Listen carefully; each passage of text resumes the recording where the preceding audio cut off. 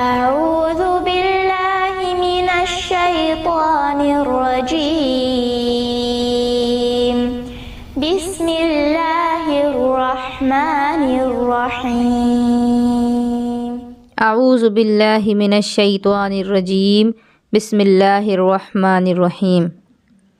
حدیث نمبر 5، طبرانی نے اوسط میں حضرت امیر المومنین مولا علی کرم اللہ وجہ سے روایت کی کہ رسول اللہ صلی اللہ تعالیٰ علیہ وسلم نے فرمایا، جو سخت سردی میں کامل وضو کرے اس کے لیے دونا ثواب ہے۔ وضو کی فضیلت پر یہ احادیث بیان کی جا رہی ہیں۔ حضرت علی کیا فرما رہے ہیں کہ حضور علیہ الصلوۃ والسلام نے فرمایا ہے کہ سخت سردی میں اگر کوئی مکمل وضو کرتا ہے، یعنی ہر عضو کو 3 مرتبہ دھوتا ہے، تو اس کے لیے 2 گنا ثواب ہوگا۔ ایک تو وضو کرنے کا، دوسرا سردی میں وضو کرنے کا۔ امام احمد بن حنبل نے انس رضی اللہ عنہ سے روایت کی کہ حضور سید عالم صلی اللہ تعالیٰ علیہ وسلم نے فرمایا، جو ایک بار وضو کرے تو یہ ضروری بات ہے، یعنی یہ تو ضروری ہے کہ ایک بار وضو کرنا ہے کیونکہ یہ قرآن کا حکم ہے، اور جو 2 بار کرے اس کو دونا ثواب ہے، یعنی 2 مرتبہ کر کے اگر وضو کر رہے ہیں، وضو میں ہر عضو کو 2 مرتبہ دھویا جا رہا ہے تو یہ 2 گنا ثواب کے برابر ہے۔ اور جو 3 بار دھوئے، یعنی ہر عضو کو 3 مرتبہ اگر دھو رہے ہیں تو پھر یہ میرا اور اگلے نبیوں کا وضو ہے، یعنی اگر وضو میں ہر ایک عضو کو 3 مرتبہ دھویا جا رہا ہے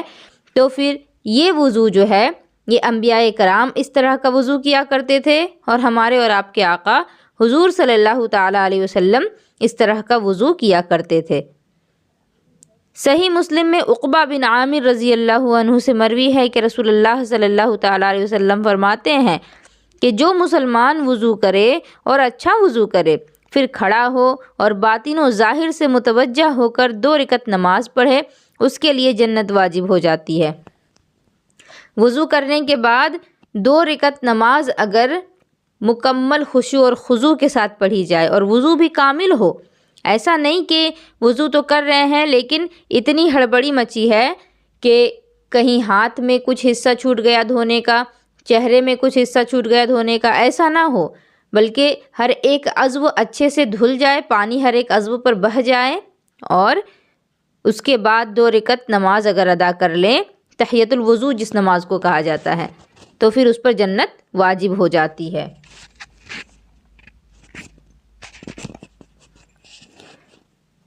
حدیث ہے آگے، مسلم میں حضرت امیر المومنین فاروق اعظم عمر بن خطاب رضی اللہ عنہ سے روایت ہے کہ رسول اللہ صلی اللہ تعالیٰ علیہ وسلم نے فرمایا کہ تم میں سے جو کوئی وضو کرے اور کامل وضو کرے، پھر پڑھے اشہد ان لا الہ الا اللہ وحدہ لا شریک لہ واشہد ان محمدًا عبدہ ورسولہ، اس کے لیے جنت کے 8 دروازے کھول دیے جاتے ہیں، جس دروازے سے چاہے داخل ہو جائے۔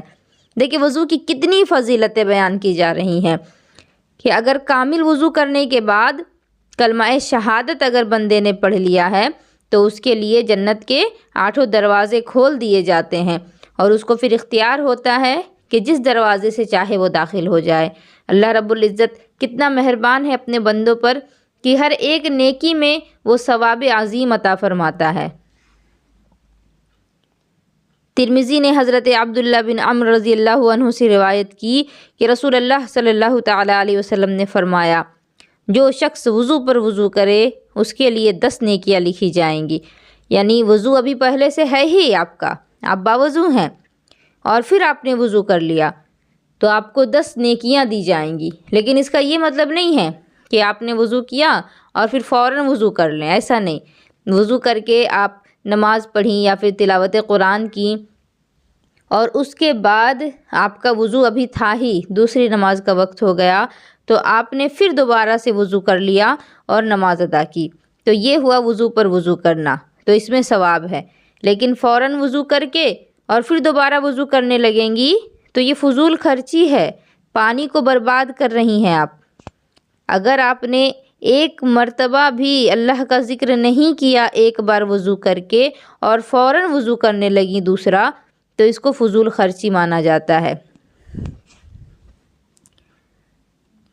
پھر ہے ترمذی نے حضرت عبداللہ بن عمرو رضی اللہ عنہما سے روایت کی، رسول اللہ صلی اللہ تعالیٰ علیہ وسلم نے فرمایا، جو شخص وضو پر وضو کرے اس کے لیے 10 نیکیاں لکھی جاتی ہیں۔ یہی تو میں ابھی بتا رہی تھی نا کہ وضو پر وضو کرنے کا کیا مطلب ہے۔ حدیث آگے ابن خزیمہ اپنی صحیح میں راوی کہ عبداللہ بن بریدہ اپنے والد سے روایت کرتے ہیں، ایک دن صبح کو حضور اقدس صلی اللہ تعالیٰ علیہ وسلم نے حضرت بلال کو بلایا اور فرمایا، اے بلال، کس عمل کے سبب جنت میں تو مجھ سے آگے آگے جا رہا تھا؟ میں رات جنت میں گیا تو تیرے پاؤں کی آہٹ اپنے آگے پائی۔ بلال رضی اللہ عنہ نے عرض کی، یا رسول اللہ، میں جب اذان کہتا اس کے بعد 2 رکعت نماز پڑھ لیتا اور میرا جب کبھی وضو ٹوٹتا وضو کر لیا کرتا۔ حضور علیہ الصلوۃ والسلام نے فرمایا، اسی سبب سے۔ دیکھیں یہ بات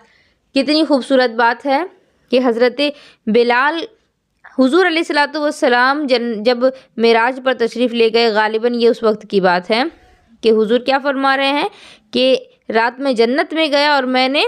تمہارے قدموں کی آہٹ پائی، اور وجہ کیا بتائی انہوں نے کہ جیسے ہی میرا وضو ٹوٹتا ہے میں فوراً وضو کر لیا کرتا۔ تو حضور نے فرمایا کہ یہی وجہ تھی کہ تمہارے قدموں کی آہٹ میں نے جنت میں سنی۔ تو یہ بات پتہ چلتی ہے کہ اگر ہر وقت ہم باوضو رہیں گے تو اللہ تبارک و تعالی انشاءاللہ جنت ضرور عطا فرمائے گا۔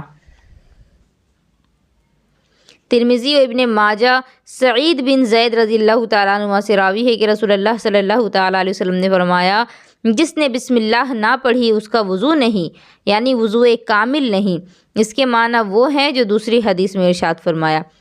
بسم اللہ نہ پڑھی تو اس کا وضو مکمل نہیں ہوگا، کیونکہ یہ بات میں نے آپ لوگوں کو بتائی تھی کہ ایک حدیث پاک میں ہے کہ کوئی بھی اچھا کام، احترام والا کام، بھلائی کا کام اگر بسم اللہ سے شروع نہیں کیا جاتا ہے تو پھر وہ کام ادھورا ہے، ناقص ہے۔ تو یہاں وضو بھی تو ایک اچھا کام ہے نا، اور اگر بغیر بسم اللہ کے کیا گیا تو وضو بھی مکمل نہیں ہوگا، ادھورا رہے گا۔ دارقطنی اور بہقی اپنے سنن میں عبداللہ بن مسعود رضی اللہ عنہ سے راوی کہ حضور اقدس صلی اللہ تعالیٰ علیہ وسلم نے ارشاد فرمایا کہ جس نے بسم اللہ کہہ کر وضو کیا سر سے پاؤں تک اس کا سارا بدن پاک ہو گیا، اور جس نے بغیر بسم اللہ وضو کیا اس کا اتنا ہی بدن پاک ہوگا جتنے پر پانی گزرا۔ دیکھیں بسم اللہ کی کتنی فضیلت ہے۔ اگر بسم اللہ پڑھ کے وضو کیا جا رہا ہے تو سر سے پاؤں تک بدن کا ہر ایک حصہ پاک ہو گیا ہے، لیکن اگر بغیر بسم اللہ کے وضو کیا گیا تو پھر جہاں جہاں اپنے وضو میں دھویا ہے اپنے بدن کو بس وہی پاک ہوگا۔ امام بخاری اور مسلم ابو ہریرہ رضی اللہ عنہ سے راوی کہ رسول اللہ صلی اللہ تعالیٰ علیہ وسلم فرماتے ہیں، جب کوئی خواب سے بیدار ہو تو وضو کرے اور 3 بار ناک صاف کرے کہ شیطان اس کے نتھنے پر رات گزارتا ہے۔ جب بھی سو کر کے بندہ اٹھتا ہے تو سو کر اٹھنے کے بعد حدیث پاک میں حکم دیا جاتا ہے کہ اپنے ہاتھوں کو دھو، اپنے منہ کو دھو، یعنی کہ وضو کرو۔ تو یہاں بھی کہا جا رہا ہے کہ جب کوئی بندہ بیدار ہو تو وضو کرے اور 3 بار ناک صاف کرے، کیونکہ شیطان جو ہے اس کے نتھنوں پر رات گزارتا ہے۔ بندہ جب رات کو سوتا ہے تو شیطان ناک میں گھس جاتا ہے اور اس کے بعد وہ رات ناک میں ہی گزارتا ہے۔ تو جب مسلمان بندہ وضو کرتا ہے اور ناک میں پانی ڈال کر کے ناک صاف کرتا ہے تو شیطان جو ہے وہ ناک سے گر جاتا ہے، اس کو بے دخل کر دیا جاتا ہے۔ طبرانی باسناد حسن حضرت علی رضی اللہ عنہ سے راوی ہیں کہ حضور اقدس صلی اللہ تعالیٰ علیہ وسلم نے فرمایا، اگر یہ بات نہ ہوتی کہ میری امت پر شاق ہوگا تو میں ان کو ہر وضو کے ساتھ مسواک کرنے کا امر فرما دیتا، یعنی فرض کر دیتا، اور بعض روایتوں میں لفظ فرض بھی آیا ہے۔ مطلب ہمارے نبی کو مسواک اتنا پسند تھا کہ آپ ہمیشہ مسواک اپنے ساتھ رکھا کرتے تھے۔ تو آپ نے کیا فرمایا کہ